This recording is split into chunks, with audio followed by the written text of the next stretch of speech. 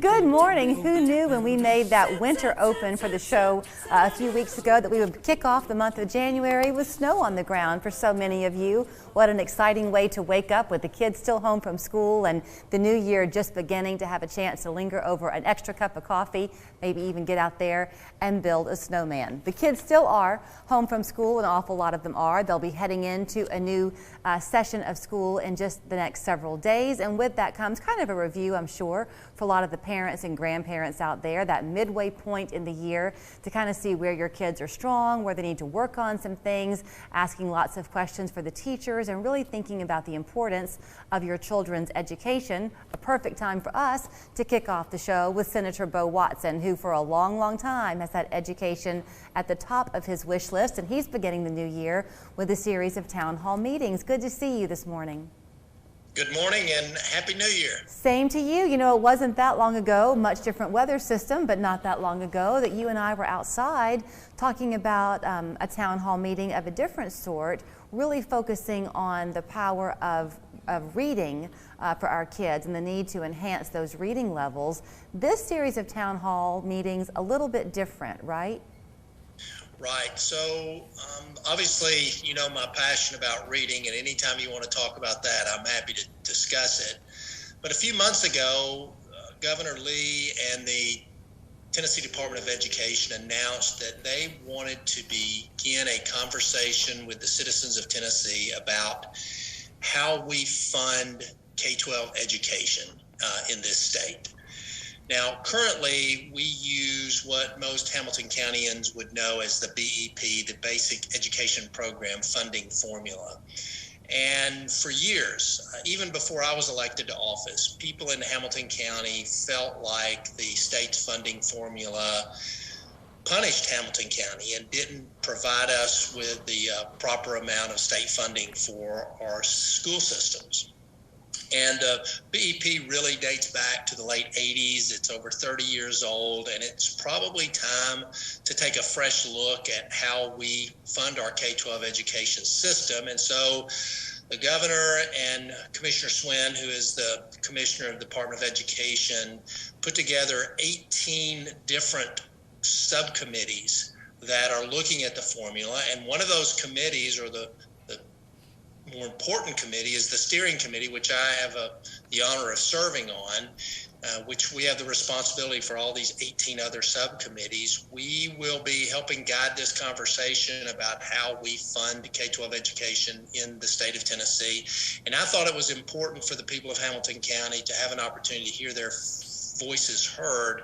And so I've scheduled 4 town hall meetings across my Senate district to listen to the folks from this area about what they think we need to be doing funding-wise for K-12 education. Okay, so just for folks out there to know, I'm hearing this information. This is all new to me too, as you and I talk. So the questions popping to my head might be popping into viewers' heads as well. So you talk about the funding of it and the different ways we can fund it.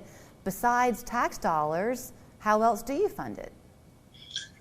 Well, I mean, in Tennessee, we fund K-12 education through state dollars, which is a myriad of different tax collections, but locally we fund it through our property taxes.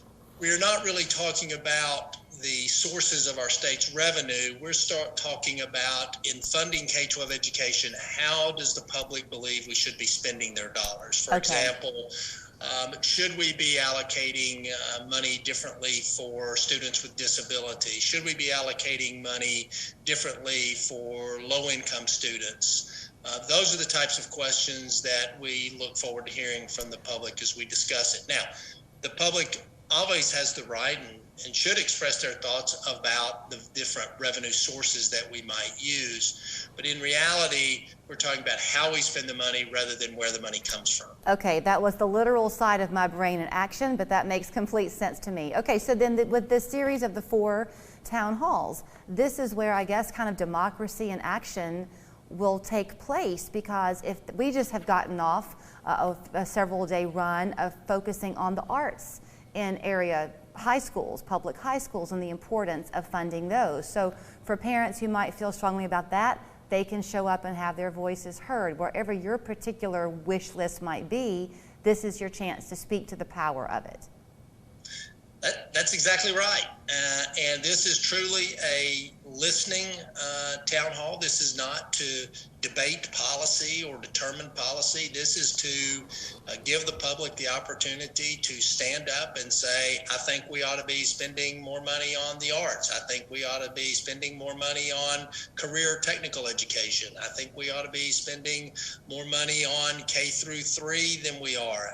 I mean, it's just a really democratic and the small d way of people having an opportunity to participate in the process. And, people always complain that they don't have an opportunity to have their voice heard. And I just want to be sure that the people of Hamilton County feel like they've been given that opportunity. There are other ways that can be done. The state has set up a website that's tnedu.funding@tn.gov, where people and you can go and look and see the comments that people are making about how we fund education. So it's really, I give the governor credit here for really stepping out. This is a heavy lift, but for stepping out on the ledge here and saying, hey, let's take a serious look at how we do this in Tennessee. Okay, let's talk a little bit about what you've done too for the locations, because you've done a great job of hitting as many as you can. So you've got Red Bank area coming up on January 13th. Then you're off to Abba's house in Hickson on the 20th. Then you're heading out to College Dale on the 27th of January, ending at the fire department on Highway 58 on February 3rd. Are any of these going to be virtual, or are they all in person? At this point, they're all in person. Okay. And we will, part of doing this is what our response rate is like and how engaged the citizens are. And if there is a need to do more, or if there is a need to do something virtual, that's certainly something we can consider. Mm-hmm. The Department of Education is doing some virtual town hall meetings all across the state as well.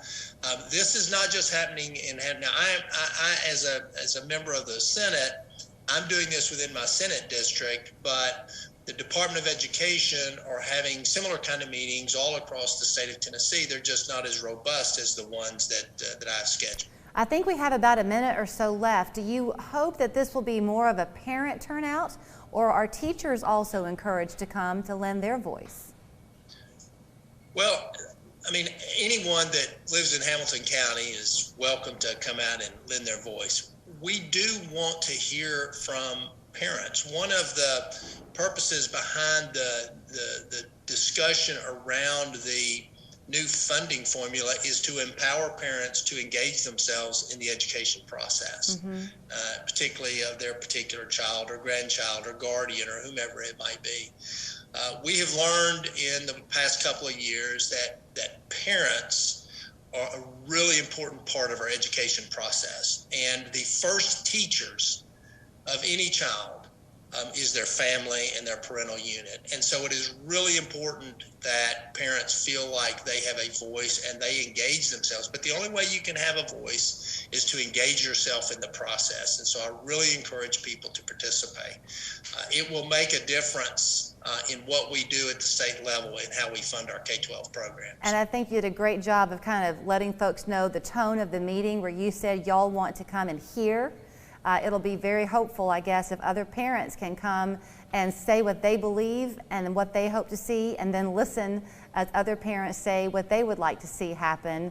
And who knows what kind of data you could walk away with. It could be one of the most powerful things to come our way in a long time. Well, I agree completely, and I think this is one, again, I salute Governor Lee for stepping out. It's a bold step. We have struggled with the BEP for really decades now, and this is an opportunity for us to try and get it right. All right, Senator Bo Watson, thank you so much for your time this morning, and Happy New Year. You're welcome. Thank you. Happy New Year to you, and stay warm. Thank you. There again are those locations beginning January 13th and Red Bank. The dates to follow, all of them run from 6 o'clock in the evening until 7:30. A chance for everyone, hopefully, to get their input heard. We're back after this.